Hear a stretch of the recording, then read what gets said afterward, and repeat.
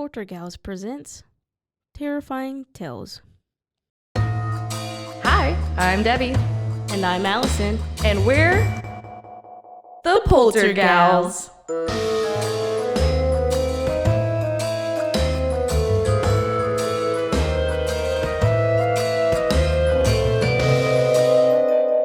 Spooky. Jack the Ripper. Location, Whitechapel, London. In the year of 1888, killed a total of 5 victims. Over the course of 10 weeks, a serial killer stalked the dark alleyways of Whitechapel, London. During the short reign of terror, Jack the Ripper killed at least 5 women, but was able to avoid capture and has never been identified. In the early hours of August 31st, 1888, the body of Mary Ann Nichols was found. Mary had fled her husband and her 5 kids. It was believed that she was working as a prostitute when she was found in Whitechapel. It is said that her body was mutilated with cuts to her throat, and her abdomen had been sliced open, showing her bowel. 8 days later, a second body of another prostitute, Annie Chapman, was found. She had been complaining of not feeling well and needing a place to spend the night. She was found nearby, with once again cuts to her throat and abdomen. Only this time, the killer had also cut part of her stomach and intestines out and had placed them on her shoulders. On September 30th, Jack the Ripper claimed his third life, Elizabeth Stride. She had been cleaning the day before to make money at a lodging house. She was also found with her throat cut out, but unlike the other 2 victims, she did not have her abdomen cut. It is believed she was less mutilated due to the killer being interrupted.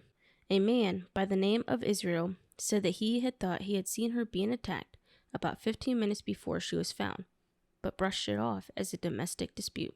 45 minutes later, another body was found near the square. This woman was Catherine, whose last words were to her partner John Kelly.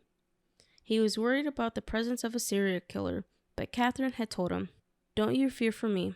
I'll take care of myself, and I shall not fall into his hands." Unfortunately, this was a promise she couldn't keep to John, and was found with, of course, her throat cut out and disemboweled. Her face had been disfigured, with large V cuts on her cheeks as well as her eyelids. On the morning of November 9th, John McCarthy went to ask his tenant, Mary Kelly, for the late rent that she owed, only to find that she had become the 5th and final victim. He recalled that the bed was all that remained of her. There was little left of her, and not more than a skeleton. Her face was terribly mutilated, leaving a vivid picture in his head. There are a few theories in this story. The first theory is, after each murder, the Ripper was able to get away into the night without being captured and left very little clues behind. Over the course of the investigation, the police interviewed about 2,000 people and detained 80, paying special attention to those that were butchers and surgeons. Unfortunately, they never came close to finding the Ripper's identity. In the 130 years since the murders, more than 500 people have been suspects, but like I mentioned before, no one coming close to being named the killer. It is also said that the name Jack had come from a letter that was supposedly passed to the police in September of 1888, but it was never confirmed it was sent from the killer, making it seem a hoax. Supposed suspects. In 2014, Russell Edwards had claimed that the Ripper was a 23-year-old Polish barber, Aaron, who had lived in the East End at the time of the murders. In 2007, Russell had bought a blood-stained shawl, which was found close to the body of Catherine. Russell had it tested for DNA, as to which he claims it matches Aaron.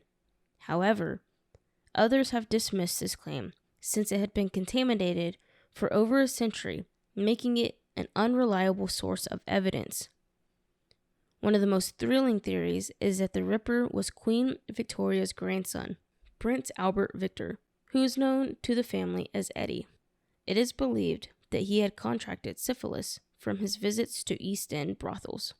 causing him to go insane and going on a killing spree. Yet, once again, there is no evidence to support this, and he was believed to have been out of London at the time of the murders. Another suspect was a German-born artist, Walter, after producing a series of paintings of naked prostitutes that some suggest were very similar to the autopsy pictures of the Ripper's victims. One of his paintings was entitled Jack the Ripper's Bedroom. In 2002, American crime writer Patricia published her book Portrait of a Killer Jack. The Ripper case closed, in which she argued that a team of experts had found Walter's DNA on the so-called Jack letter. But once again, there was no evidence to suggest that William was even in London in 1888, and some even placing him in France, proving that he was not the killer. The last suggested killer was made by a London detective, in which he suggested that John was the Ripper as the murderers stopped following his suicide.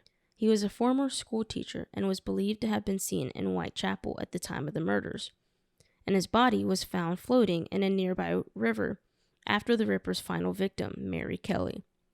A search of John's house would find a note from him saying he deserves to die, as he believed he was going insane, but nothing connecting him to the actual murders.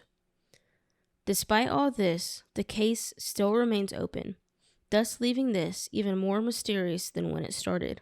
Be sure to follow us on Facebook or on YouTube at The Poltergals, or on Instagram at @the_Poltergals. You can also find us wherever you get your podcast or at roguemedianetwork.com. You've been listening to The Poltergals, a Rogue Media Network podcast.